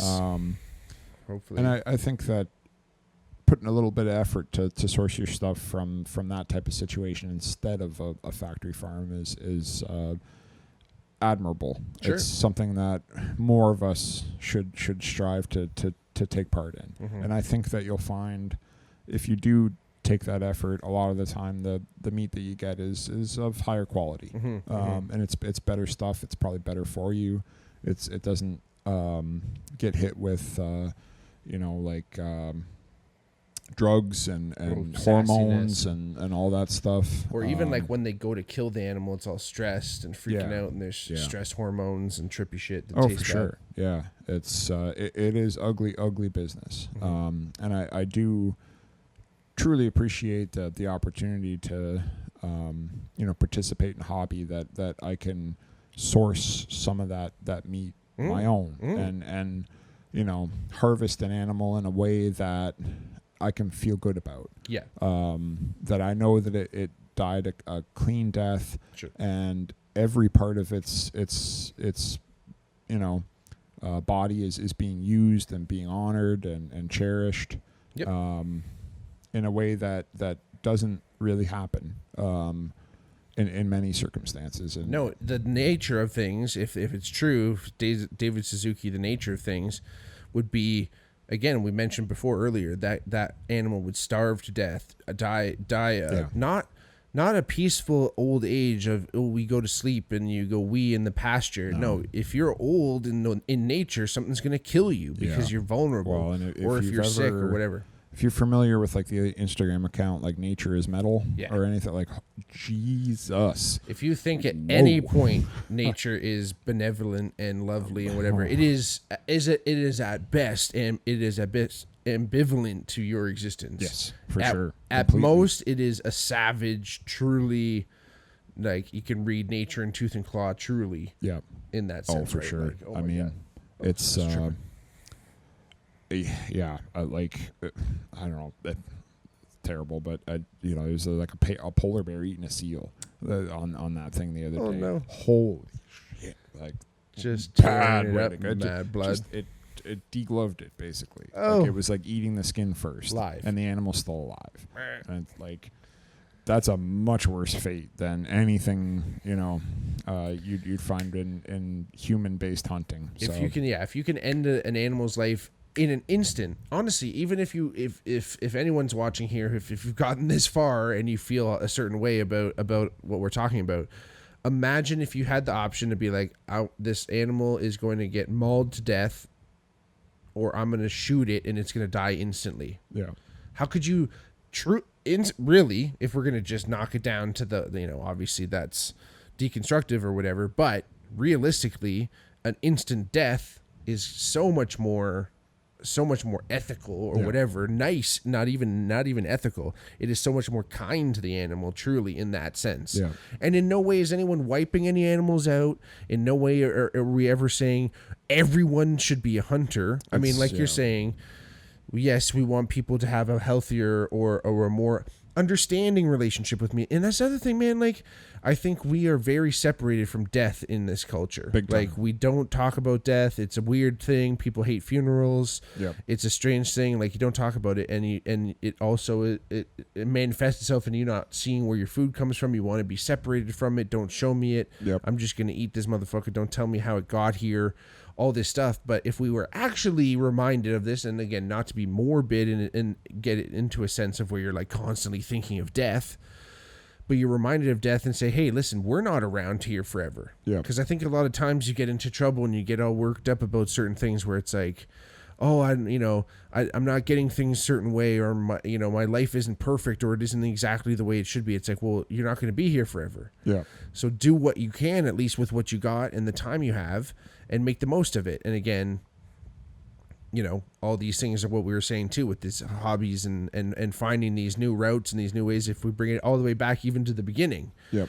and finding your identity and understanding that it is about finding new things that are challenging, that are something that give you goals and give you new ways of excelling and getting better at. And if that somehow can also give you something worthwhile, i.e. hunting, like, because you can get better at hunting, and obviously, and be more efficient and do all these things, but then you're also getting food out of it, which is the ultimate prize. It takes you back to like primal caveman type days. It is very it really truly does kind of harken back, and to the point where there's just when you are out hunting or out fishing or something like that, even if you're kind of just out to have a good time, there's something in your brain that flips.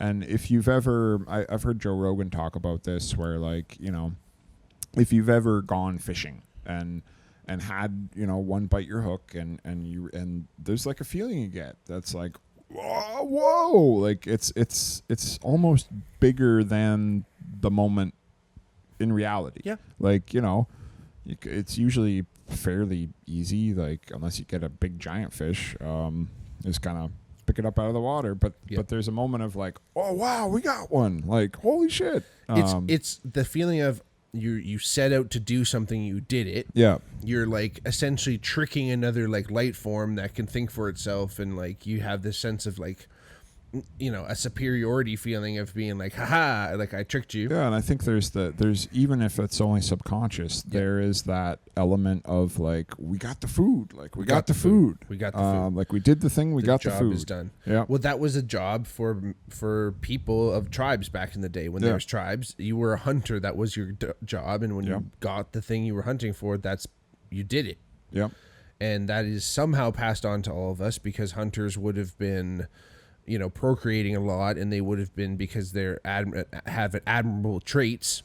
Yep. So like we all contain those genes and all that shit, and like, yes, of course, it's not for everyone, as we just said, and that we're not saying that everyone should be a hunter. In fact, it's impossible if everyone became a hunter, because then we just kill all the animals, which has happened in the past. For sure. Let's not just say, there has been animals hunted out of existence and stuff. Yeah. The buffalo being one of the prime examples. And that was a lot of that too, was just like senseless killing too as well. Time. But there have been, again, like you said, that's a perfect example. They were, like conscious of the fact that they were wiping them out when they were doing it. Yeah, which is, it's pretty heinous, honestly. Yeah. But it's the kind of wild thing is, that culture in the 1900s and whatnot, and 18 whatevers,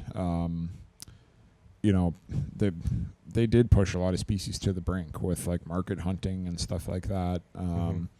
But a topic that you've touched on in the past, like conservation, like conservation efforts have kind of brought back a lot of those species. Like, wild turkey now exists in more areas than they existed in at the time of European contact. No shit. Yeah.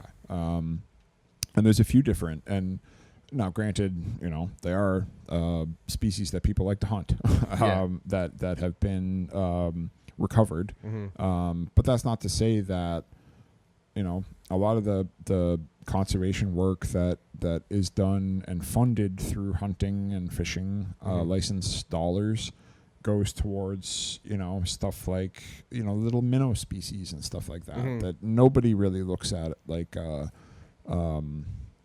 something that they're interested in pursuing. But you can't manage an ecosystem unless you're managing, the building blocks of the food chain type thing. So any kind of extinction is a bad extinction. And you can't just focus on, turkeys, deer, bear, and elk or moose, because that's the ones we like to hunt. You got to manage it as an ecosystem, and make sure that you have healthy habitat and good forage and everything that these animals need to be successful. And I think that deep down, when we start to talk about like the meaning of life, humans have kind of an interesting role, I think, where we're conscious of the fact, we're conscious of all these natural cycles and orders and needs, to the point where we can really have a significant impact on them. Sure.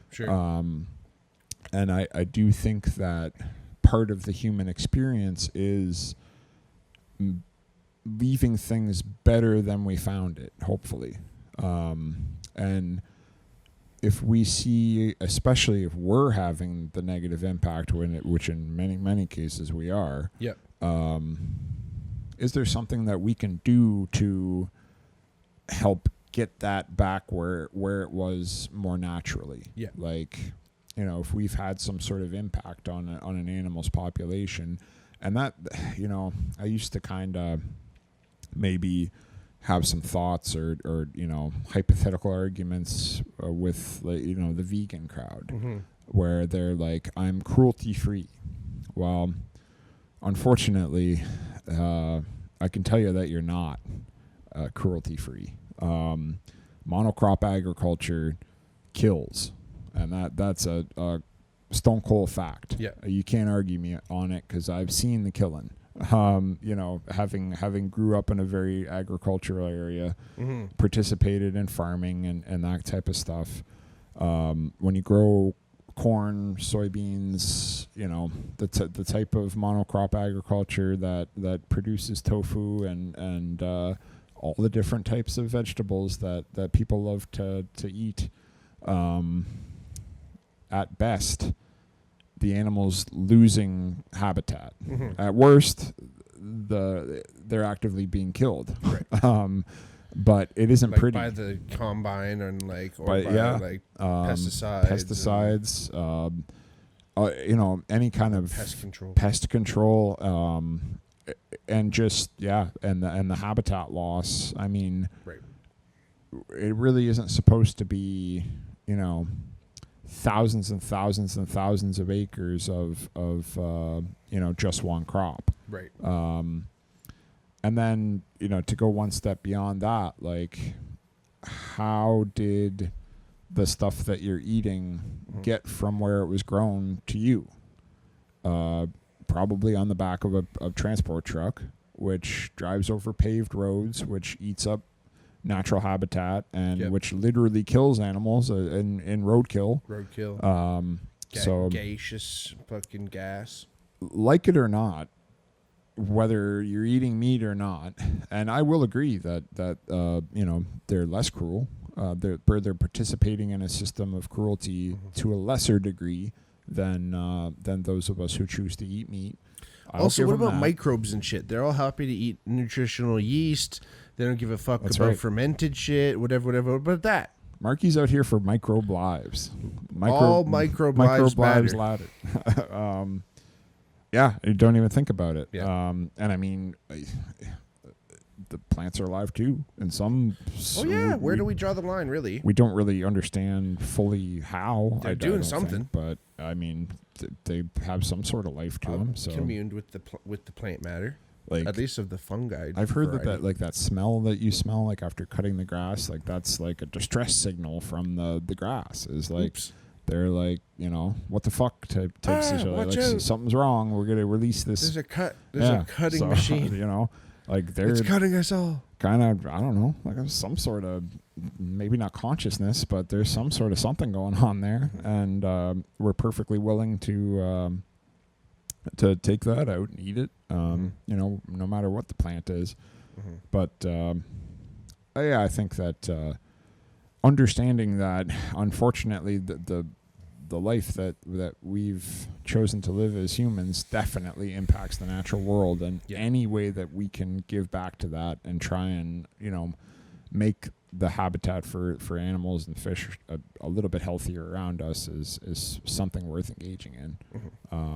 And that's something that I've always tried to support, both through my licensed dollars and through, you know, membership to organizations like the Ontario Federation of Anglers and Hunters, which does also a lot of habitat restoration work and you know, buying parks and you know, doing stocking programs and stuff like that, and the Southwest Outdoors Club, same kind of thing. Like they run you know, shows and derbies and stuff like that, and make donations towards educational programs and all that kind of stuff. And I do hope that, you know, that lifestyle continues to be a part of Canadian society, because it's not a given, that's for sure. It's right. Like rates are declining, absolutely.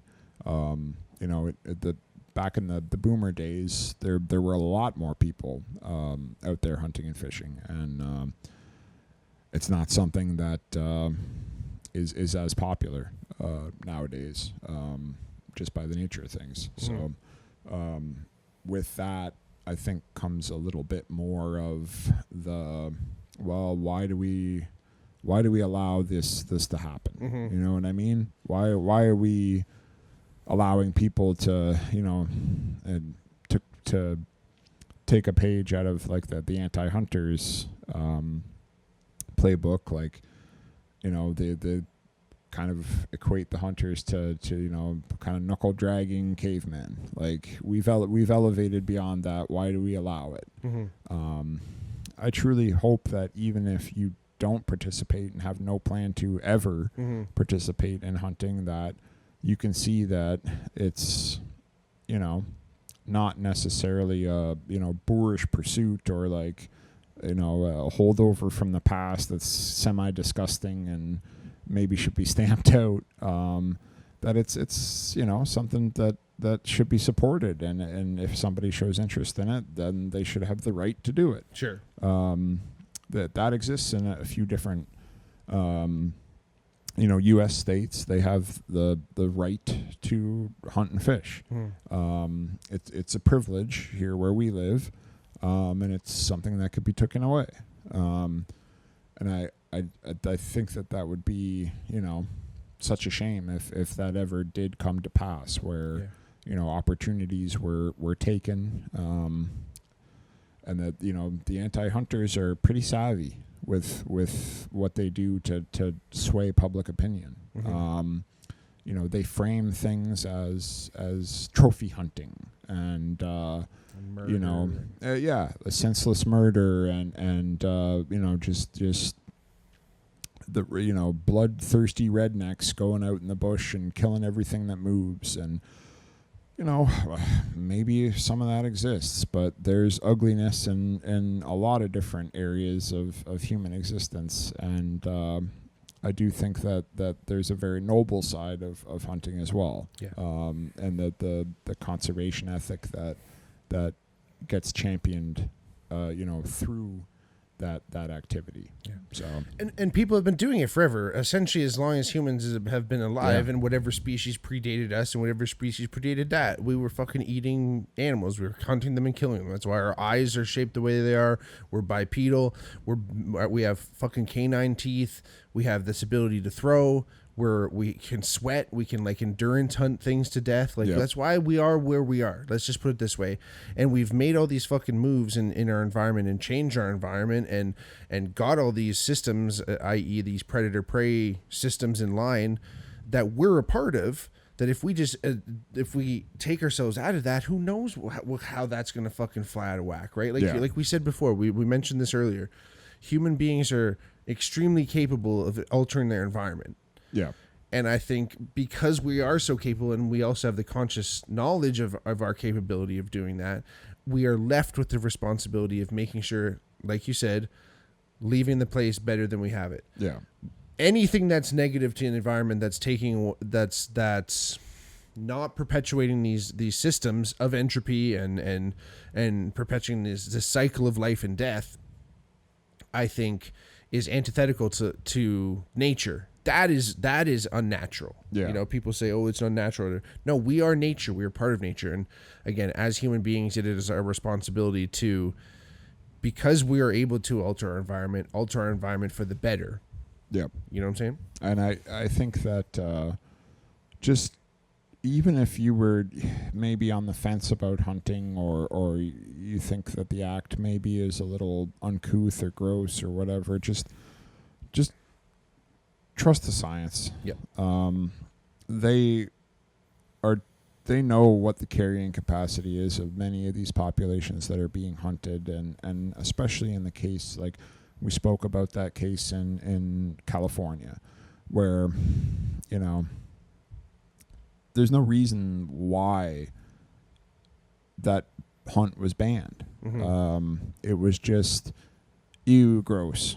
Like, killing a mountain lion is gross. Mm-hmm. You shouldn't, you shouldn't be able to do that. Well, yeah, but they're doing it anyway because they have to. Yes. So why don't we keep that license money flowing to public hands? When the kind of touchy-feely part of it gets in, and it's like, no, we feel like you shouldn't be able to hunt this, so we're not going to let you. And then the people who, work in that brand of science, like biologists, Yep. are like, but so who's going to regulate this population and keep it healthy?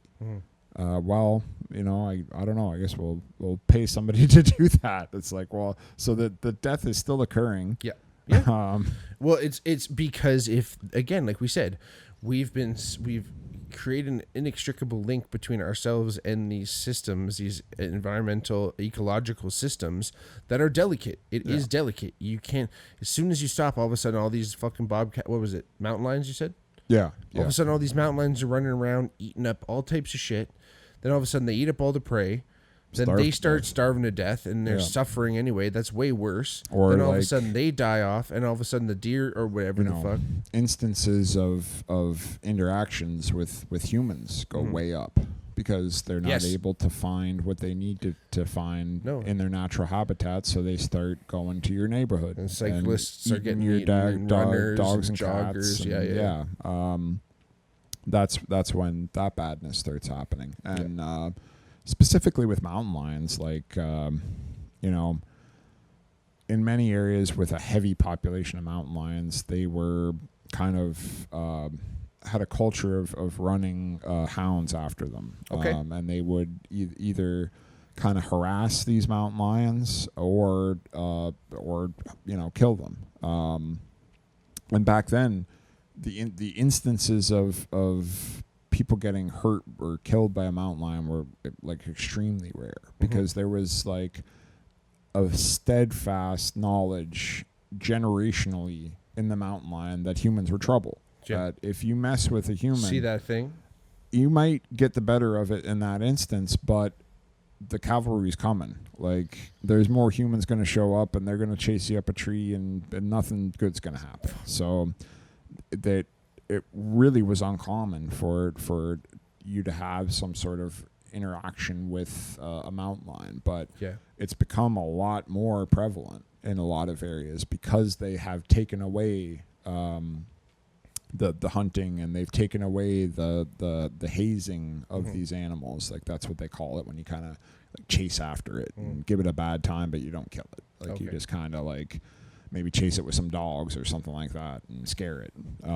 That's why they call it hazing. Yeah, because they don't have the same association with humans. Like, humans is equals death, pretty much. Like, you don't mess with them because they're going to come get you. it's unfortunate that we have to kind of set the tone with those animals like that. But I mean, would you want to get eaten by a mountain lion? That's probably why not. That's why we're here today. We figured that shit out. Yeah.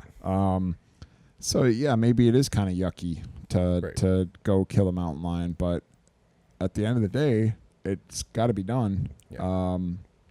If somebody wants to pay for the privilege, they should be able to. Yeah. As long as they're properly licensed and educated, which in North America they are.